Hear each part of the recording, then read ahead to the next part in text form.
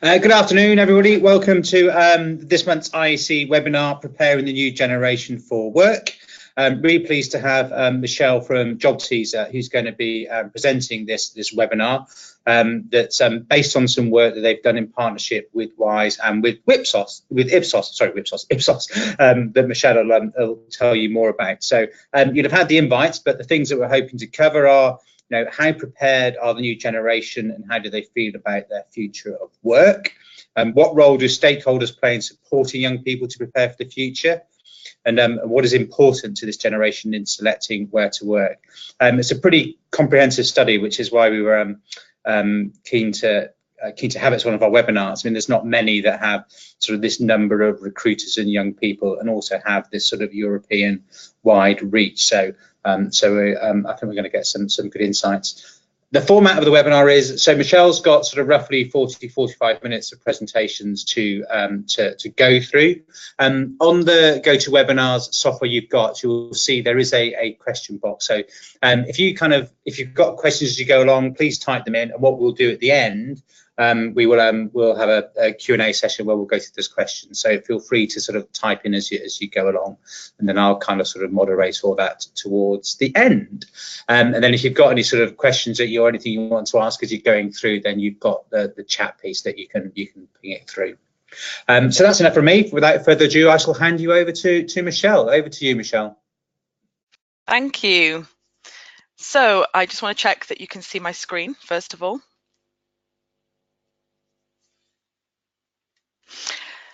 So thank you for the introduction, Stephen. As Stephen mentioned, my name is Michelle Craig, Marketing Manager here at JobTeaser, and we really wanted the opportunity to share some key findings and some of our results of a survey that we did earlier this year. So I'll first of all tell you a little bit about the format of the presentation today. So first of all, I'll share with you a little about the survey, so you've got the context of the survey and how it was conducted. And then we'll run through three of the key findings that we think are really interesting to share. Now, what we've done is we've done a mixture, a combination of some European findings with some that are specifically from the UK respondents. So it should give you a lovely balance and some comparisons to have a think about. And then finally, we'll go over some conclusions and a few recommendations and a few considerations that we might want to think about for the future. So about the survey. This survey was conducted with WISE, World Innovation Summit for Education, and Ipsos, and it's an opinion survey. It's about people's feelings and opinions in response to the questions that we ask. It was answered by 3,000 respondents across 5 countries, which includes the UK, France, Germany, Spain, and Belgium. And these are some of the key regions that we work with here at JobTeaser. It's a mixture of respondents from young people aged between 18 and 25, employers and educators. So what we really wanted to do is get that real overview of the key stakeholders that really shape the preparation and the future of work. We also added in some qualitative interviews with education influencers and specialists that also gave us some insight in how they think things are going to work out in the future, some of their opinion and their feedback as well, which I'll try and incorporate into the findings. So what kind of things did we want to find out?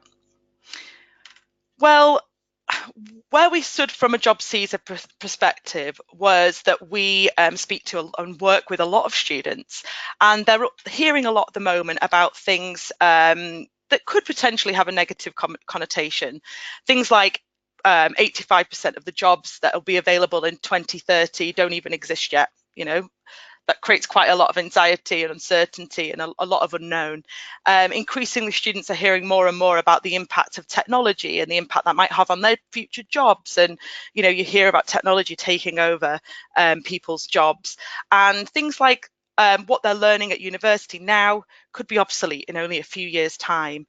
So it really poses quite a challenging time for students and employers and universities. And we really wanted to learn more about the opinion and feelings of this kind of ecosystem, all the stakeholders, to kind of better understand some of the fears and aspirations in preparing this new generation and what they're going to face for the future of work. So we asked many questions around this. And like I said, for the remainder of the presentation, I'll split that into sort of three key areas of findings. So first of all, we wanted to touch on the youth's aspirations and find out sort of generally how they feel about the future of work. And actually, we were quite surprised and pleasantly surprised and heartwarming. It's heartwarming to find out that the new generation is very optimistic. In fact, the UK respondents that we surveyed were a whole percentage more optimistic than the rest of Europe. Not surprisingly, the French, and I can say this because I work for a French company, were least optimistic about the future of work, but I think that comes with nature as well. But yes, on the whole, we were very pleasantly and heartwarmingly impressed with the overall feeling that the generation is actually very optimistic about the future of work. So we wanted to find out a little bit more about what they were actually optimistic about. And they were optimistic about technological progress, an overwhelming sense of optimism around that. And actually, it was fueled a lot by things like tools that will be available, such as augmented reality, AI, and actually 82% of those surveyed overall considered new technological progress as being a really positive factor about the future. Secondly, education and training, and also flexible ways of working and changes in how people are going to be managed in the future. So basically how work will have more of an integration into life, or maybe the work-life balance approach as well, and the ways that we're thinking about conducting the way we work in the future is also very positive to the young people that we surveyed. We also wanted to find out a little bit more about what were the most important criteria to young people when selecting a job. And salary came up on top, and that was across the board. And these results that you're looking at now were specifically the UK respondents, but actually the results were fairly similar. So salary being in first place, then work-life balance at 52%, and career prospects and jobs with a purpose, 42%. And educators were very aligned to this, and they actually had the same outcome in order of priority as the young people did. But actually employers, top three, came out slightly differently. They actually thought that work-life balance would come out on top, salary, and then career progression, or careers with prospect, and jobs with purpose. So what are they pessimistic about? Well, in the UK, more specifically than any other region, 75% of the young people surveyed were pessimistic about the economic perspectives for their country. And I don't think that's all too surprising given the current political climate that we face at the moment in the UK. However, despite their lack of confidence potentially in the country's economy, they were actually far less willing to move abroad to look for work, or to look for the start of their career, than any other area that we surveyed. In fact, 1 in 2 Spanish and French youths were actually willing to move to another country to look for work. And only obviously 43% of the youth surveyed in the UK would be open to moving to another country, whether that be in Europe actually, or non-European countries. And actually it's quite interesting, because when we look back at what criteria they were looking for when they were looking for what was important to them for looking at work, alongside salary and work-life balance and progression, etc. Fourth place for the UK was actually looking for a location to work that was close to home, and that was at 40%. And actually the European average for that was 35. So I think, you know, this is probably not any kind of news to us in the UK, because we do have a history of not moving abroad for work or work experience as much as other European countries. But it's interesting that that feeling and that opinion is still relatively the same as it's always been. But interestingly, I think there's also some positivity here as well, that actually, even though the UK youth is pessimistic about our economic perspectives, for example, they actually really do still clearly believe that we have a very strong job market, and you know, it shows our resilience to business as usual. You know, even ISE reported in their annual survey last year that, you know, graduate recruitment is set to increase in this country. I think there is certainly a bigger market emerging for the recruitment of young people, and we're all anticipating that. So maybe we could do a better job at reinstilling a little bit more confidence in our youth, to tell them how much opportunity there is in this country, and that actually they're in a very growing market and there's a lot of opportunity there for them. On the contrary, we may also want to start thinking about how we can prepare youth for international job markets more. Perhaps we want to encourage more mobility, particularly at education stage. I know the British Council have been doing a great job and working very hard for many years at trying to encourage more study abroad, for example, and outbound mobility. And perhaps this is something that we want to continue working hard at.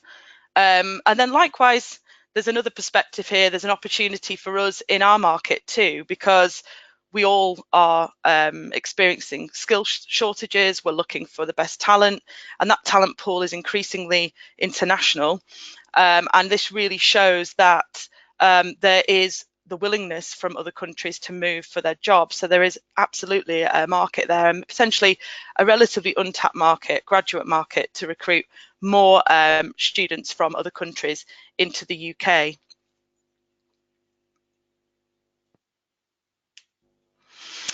So that kind of brings me to the next section, and that's around the need for greater support.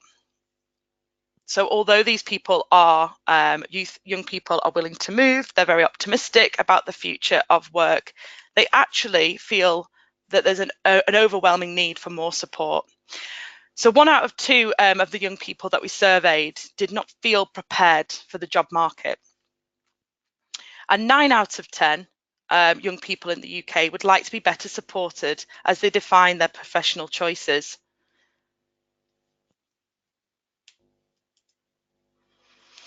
And we asked in response to that, well, who should be responsible, or who is the main responsible actor in preparing young people for the future of work then, and to help them feel more supported? And actually across the board, all recipients directed towards educators as being the main responsible stakeholder, which may not be surprising to some, but actually it's something that we will come on to shortly about the way that we view things at JobTeaser. We really believe that it's actually much more of a collaborative approach between all stakeholders, but obviously the view at the moment and through this survey is that actually it comes down to education to prepare young people. However, 48% of young people that were surveyed believe the education system prepares them for the future of work. So only around half think that the education system actually does that at the moment. Educators shared a similar view, around the 49% mark, but actually only 23% of recruiters believe that the education system prepares the youth for the future of work today. So we also wanted to find out then, well, if that's the case, how can education systems better support students? What can we do to improve on that result? And according to the youth, work experience was the top action that could be taken to help better support them. followed by capacity to understand job market trends, and lastly, career counselling. In fact, across the board, across all regions, and actually across all stakeholders, the resounding outcome for what they believe would be the best thing that they can do to improve on preparing the future of work was actually work experience, and it's thought to be essential or important for that preparation. So let's have a look at it from the recruiter's perspective. Again, really aligned there on the work experience. Secondly, capacity to understand job market trends, and then project-based learning, which is something that I think is fairly recent thing to be implemented, that seems to be a growing trend at the moment, and actually it's reflected as well in what the education stakeholders thought. They also have a similar view on project-based learning and of course work experience, but then also there's also a lot of importance on the quality of training and teachers. Education stakeholders know how valuable teachers are in helping to shape the graduate outcome.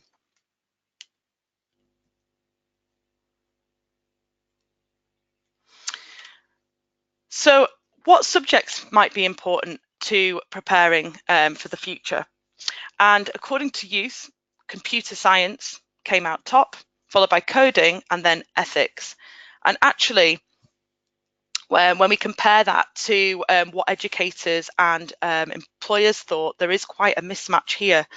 Actually, only 26% of employers and 27% of education stakeholders felt the same about computer science being one of the most important subjects to learn for the future of work, which is quite an interesting dynamic and perhaps mismatch there between the youth and the rest of the stakeholders. So one of the things I mentioned earlier, and absolutely I feel very passionately about, is that a lot of the results that we've just seen push towards work experience, knowing more about the job market, and that kind of thing. And actually, without employers, that can't actually happen. There is definitely more need for educators and employers to work more closely together and support each other to be able to have the desired outcome. And as one of our qualitative interviewees stated, there cannot be employment without employers. We need to get their input in higher education as well, because if you don't take employers, you'll never have employability.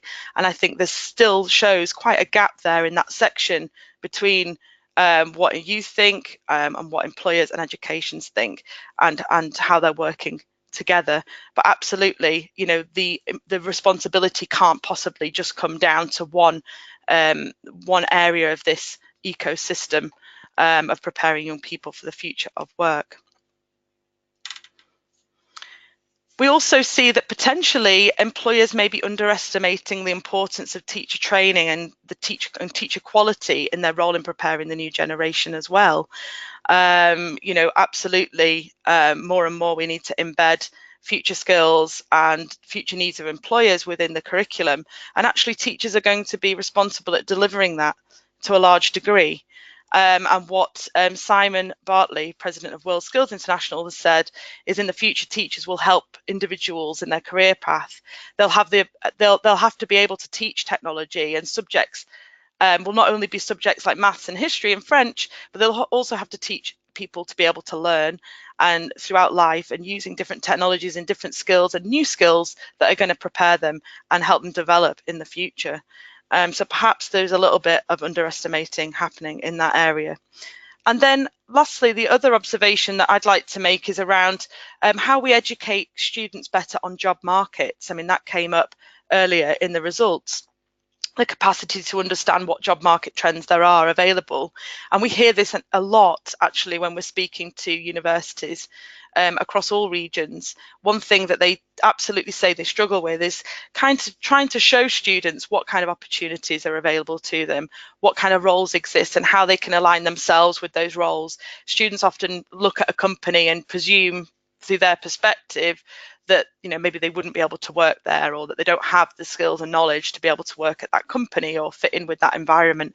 And actually it's more of a communication and an educating side of things from the employer to the students to show them what kinds of opportunities are available and how they align with the companies. For example, one example a university used with me was that, a Riva bus company, for example, the perception was, well, if I'm not a mechanic or somebody in engineering or a driver, then that company probably wouldn't suit me.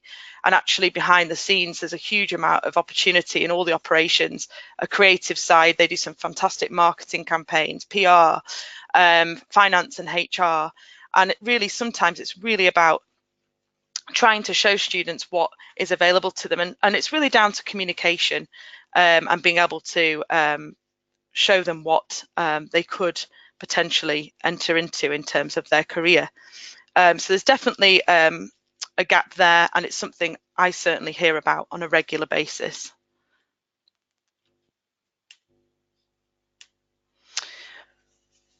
So this leads me to navigating the transition from studies to employment. And this is another area that we really wanted to find out more about. And through this, we found that actually 4 education actors out of 10 do not feel equipped to prepare young people for jobs that don't exist yet. Now, that might sound fairly obvious because if they don't exist, they don't know. But I think also it's about sort of the close links with industries to find out what's happening, where the trends are, what's planned for the future, what new innovation is coming, and how can we anticipate that and then bring that somehow into the education system. Likewise, 9 companies out of 10 would like to be better involved in how higher education actors prepare the new generation for the future of work, but only 5 out of 10 companies said that they actually were today. So I think there's still quite a long way to go in relation to how employers can add value to education and how they can work together, and how they can keep teachers and educators informed about the fast change pace of the industries that they're in. I think, obviously we're presenting here to ISE members who by nature are probably quite a lot more advanced in this area than maybe other companies that we certainly have represented through the survey, because you actively are taking a role in trying to improve that communication and collaboration between the stakeholders. But I think generally this is still a major issue and something that we need to work more get better at working at. So we also asked about what the most important aspects to be ready for the future, for the world of work would be, according to all stakeholders. So according to the youth, they felt that soft skills would be the most important aspects to get ready for the world of work, followed by taking part in internships in companies alongside their study, which I guess kind of falls into the category of work experience. And then lastly, studying universities that collaborates really closely with businesses. So again, I guess from an educator's point of view, universities having those close connections, having different joint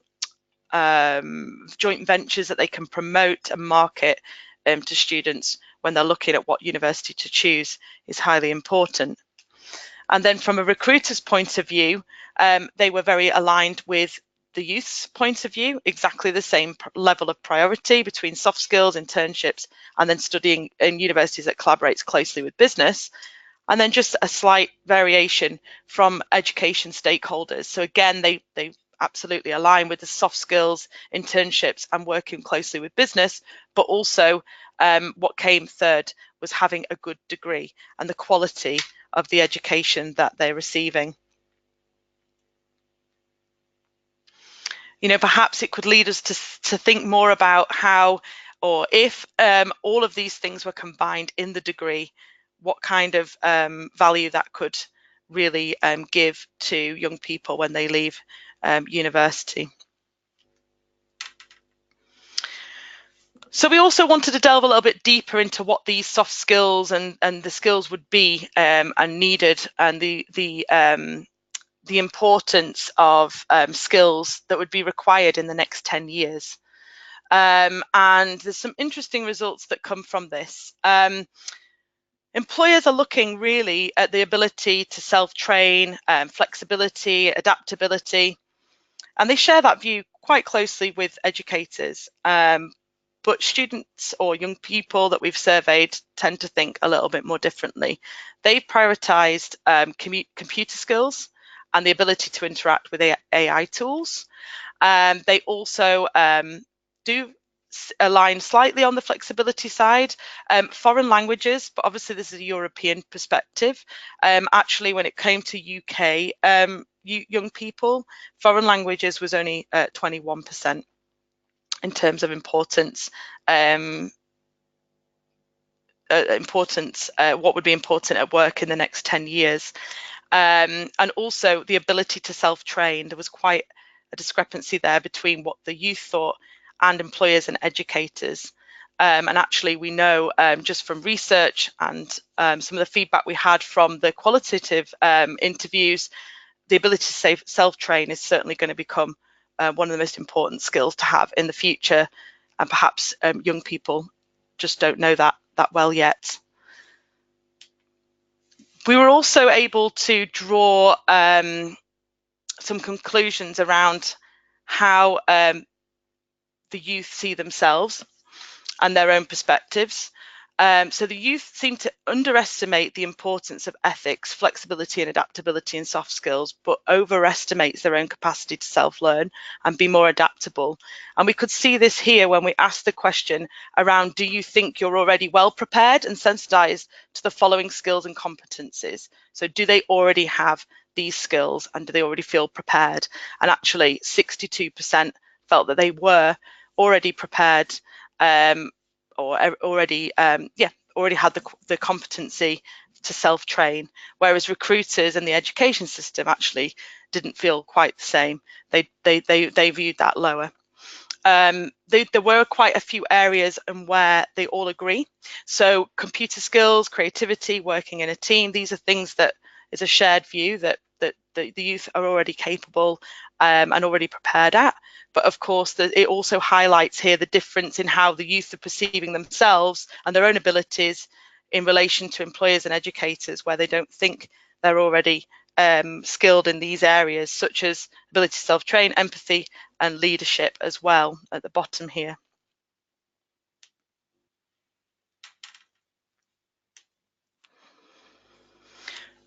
So some of the qualitative response that we got from Andreas here is his view is that content knowledge is becoming less important for the future.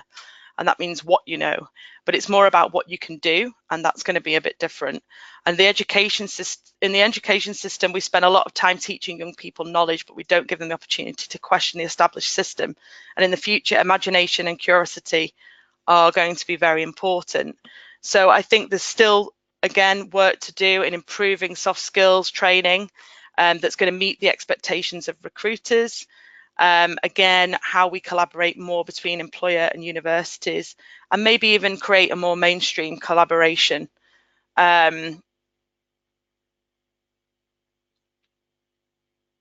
Yeah, and perhaps as well, there are many educators and employers who do already feel like they're well equipped to prepare students for jobs that don't exist yet. So perhaps we need to learn more from that knowledge and start drawing on best practices that will help shape the future.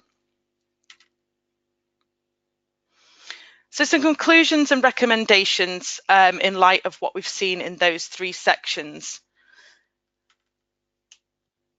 First of all, I think it's absolutely clear that there is the need to have either build a community if you haven't already, or we need to work harder at building a community and activating it between universities, students and recent graduates and companies.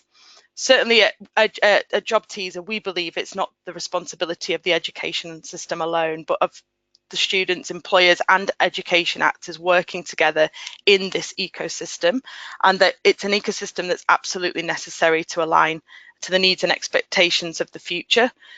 It's clear that what's been taught doesn't often match with the companies or what companies are looking for, and sometimes also the communication from employers doesn't always match what young talents are looking for or expect. So there's definitely some work to do in terms of the communication between the different players in this ecosystem. And of course, there is a lot that's already happening in this space, and we can certainly share and learn from each other. Things like the ISE is absolutely set up to support this kind of activity with their own communities and events and different resources that they share, but also there's different physical events that bring the three parties together. We hold our own career services day, for example, and JobTeaser tours that bring companies and educators and students together. And then there's also different levels of sharing as well. So different professionals can learn from each other. The VET system, for example, has managed to feature employers as part of the curriculum. And things like the dual university system in Germany are great examples of employers and education stakeholders working together in sort of joint venture systems. And these are certainly models that we should maybe look towards if we want to future-proof our education systems. And absolutely, there's a lot of space at the moment for inventing new programs and new incentives to help with this ecosystem.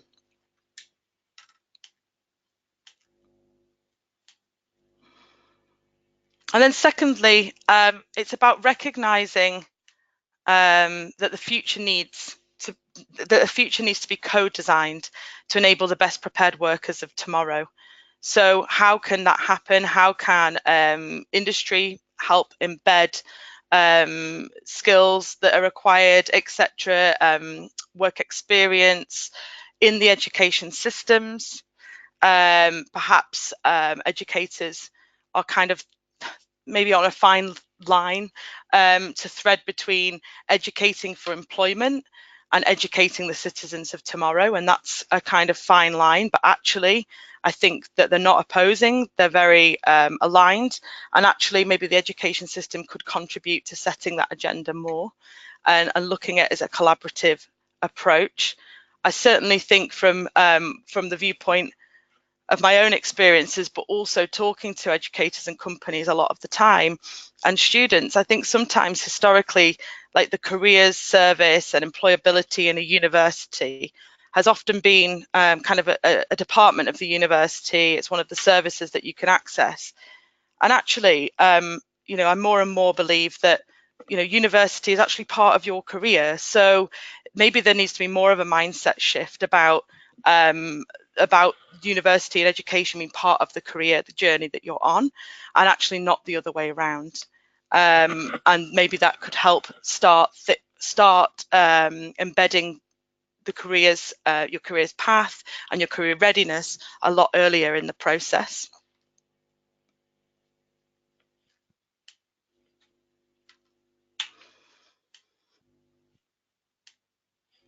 And then lastly, scaling career guidance as a shared responsibility. So actually, one thing that we have reflected on at JobTeaser is that we make career decisions not once when you leave university or before you prepare to leave university, but actually several times throughout your life. And actually, maybe there is a need for a more global career guidance process to help come back and rethink and redesign the careers, your careers path over several years. I think the statistic now is something like graduates will change their job 4 times in the first 10 years of leaving university on average, and I think for many it will be a lot more than that. Also, we are operating in global markets.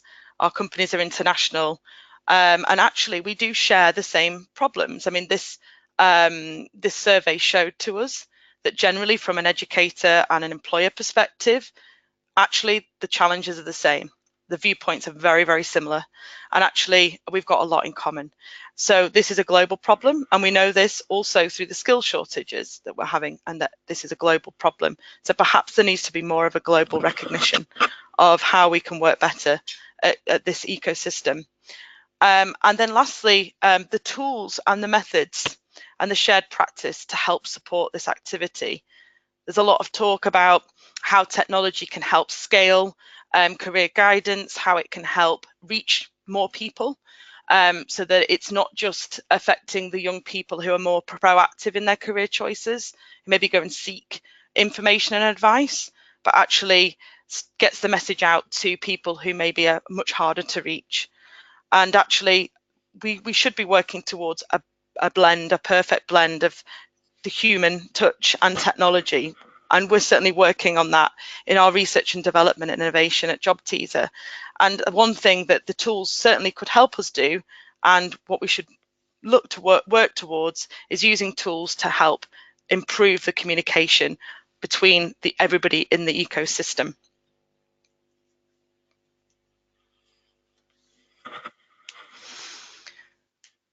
So that is the end of my presentation of sharing the feedback from this report.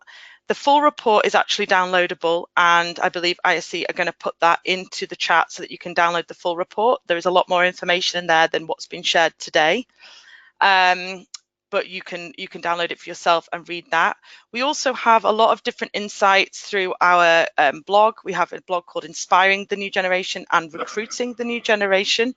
So absolutely check that out and download more resources from there.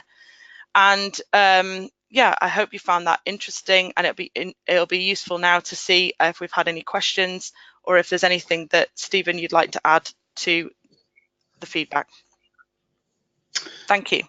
Michelle, thank you. Yeah, thank you very much. I was particularly struck actually by one of your slides that showed the disconnect between what students think they need, i.e. the technical coding type skills, and what employers say is important, which are those attributes like sort of flexibility and adaptability, which I think really stands out. We've had a few questions through. You should actually be able to see the link to the report on the chat bit. So on your screens, everybody, if you click the drop down arrow on chat, there will be there'll be the link there through to the full report. And Michelle, would it be okay for us to share the slides on our portal? Yeah, sure, no problem. Okay, well, we can sort that out, so be able to get those slides as well. So we've had a few questions come through. So I'll let's try and take it in reverse order. So we had a question from, where are we? My screen's a bit too small. So if I can go, Karen first of all. So Karen asked a quick question. So said, thank you very much, survey was great. Have you run it before, and have the results changed? Good question. No, this is the absolute first time that we have put out this survey. And I think it's also the first time that WISE or Ipsos had looked at it from this perspective as well. I think one thing that's certainly changing in our perceptions is this ecosystem, which I keep talking about. But I think in the past, a lot of surveys have been done independently. So what does students think? What do employers think? What does education think? But actually not all together. So obviously we'd like to make it a more frequent survey. But yeah, it was the first time. And Ed Walker's asked about the demographics. So he said, could you tell us a bit more about the student demographics in the survey? And are the education stakeholders in the survey typically teachers and lecturers or careers advisors working within education? Yeah, good question. The report gives a better breakdown of the recipients in terms of the young people. Now, the young people are representative of 18 to 25-year-olds, and some of them will actually be in college as well as university. So it took both like a vocational college as well as a university or a school, like a business school, that kind of thing. And also it did incorporate some people who are recent graduates. So yeah, we wanted to get a mix of that because that's ultimately the kind of people that we would deal with on a regular basis. And then on the educators side, it was a mixture again of vocational college educators, career service heads, as well as teachers and lecturers. And then of course you've got some influencers there as well. So there was even maybe some VC level executives, for example. There was quite a mix. but the full breakdown I can certainly get to you. But yeah, it was a mix. It wasn't strictly, you know, career service heads from all universities. We wanted to take a perspective of different people in that process. Fab. We've had another question through from Mark. Mark said, can we get a recording of the webinar? Short answer is yes. Yes, this software we use automatically records it. And again, we'll put that on via our portal. Anna will sort that out. Stephanie Winwood asked a couple of questions. I think the first one she asked earlier on was about Brexit. And I wonder if any of the responses you had, do you think they were influenced by Brexit? Yeah, I mean, I think the pessimistic view absolutely will be influenced by that, although we can't absolutely say that for sure. But I think on the same time, actually, it kind of shows that even though Brexit's there, actually there's still optimism, and they're not all wanting to flood abroad to find a job. They've got a lot of confidence still and optimism about our job market. Despite what's happening. That's what it says to me, and I think that's a really positive sign, and it just shows it just shows what kind of job market we have in the UK. It's very strong despite what's happening. But I think, you know, it would have been interesting, to be honest, in light of Brexit, to ask maybe some of the Europeans if they'd be willing to move to the UK for work, and some questions around that. And I think if we did it again, I think we would need to maybe break down some of these questions into a lot more detail to find out about perceptions of moving to the UK, and then maybe a little bit more perception about young people and the politics of that, of what's happening in this country. But we just probably didn't delve into enough detail, to be honest, to get any more kind of thoughts on that. In hindsight, you know, it would have been good to have done that at this time. Well, such a moving feast. Yeah. A couple of other questions from Stephanie. So I'm not quite sure, Stephanie, but maybe you'll understand it, Michelle. So if universities are looked at as being part of the career journey that you're on, does that lead to the average of uni students changing over time? I'm not sure. No, I'm not sure about that myself, but I think what's interesting, it does tie in with, maybe it relates a little bit to the question, but I think, you know, education being involved with the whole process, as is employers, I think there's the recognition there about continual professional development. And one thing that I probably didn't talk enough about, and I did intend to really actually, is about the fact that, you know, we are going to have to all upskill for the future. You know, actually the uncertainties are not just there for young people, I mean, or the youth or the graduates. This is actually all of us. Our working environment's changing at such a speed. We're all going to have to find ways and you know, to develop for the future, but also to fill some of the unskilled work, unfilled positions, to fill the skills gap. Some of us are going to have to learn new things and change our career. And actually, we're going to need education to help us do that. We absolutely are, because we're going to need to learn a lot more new things, you know, for the future. So it's something, I think what we're recognising is it's something you're going to have to continually go back to. It's not something you come out of at one end and, you know, that's it, now you're out in the world of work and that's you set up for life. Actually, our future is that we're going to have to keep going back and rethinking and retraining and reskilling to keep up with the changing pace of our work environment. That's our view anyway. And also Stephanie had another comment. She was also interested about the German model of joint venture education. Is there any more light you can shed on that model? I can certainly send some stuff that you can send over afterwards. We've got a lot more detail on that, but yeah, it's a really interesting model. But I can send you some links to help you learn a little bit more about it. That's great. Thanks, Michelle. Okay, that's come to the end of the questions that I've got online that I can see. As we said, Michelle's put a link in the chat for the actual report if you want to get that. And then we will also put online on the portal, we will put the recording of this and also a copy of the slides. So we'll get those up there as soon as Anna can, and we'll send her out so that you're available. I think that's all that's left for me to just to say thank you, Michelle. That was really good. Some great insights there, and I'm sure people you'll be more than happy for people to get in touch with you if they've got anything that they'd like to. Yeah, Yeah, absolutely. And I'm in the ISE community online, your community portal. So you can contact me through there as well. Yeah, and just want to say thank you for having me today and letting me share that with everybody. I really appreciate it. That's great. We had a great attendance. We had nearly 77 people logged on at one point, so really good attendance for one of our webinars. Okay, thank you much, Michelle. Thank you everybody for logging on and joining in the conversation. Enjoy the rest of the day. Thank you, everybody. Bye. Bye. Thanks, Michelle.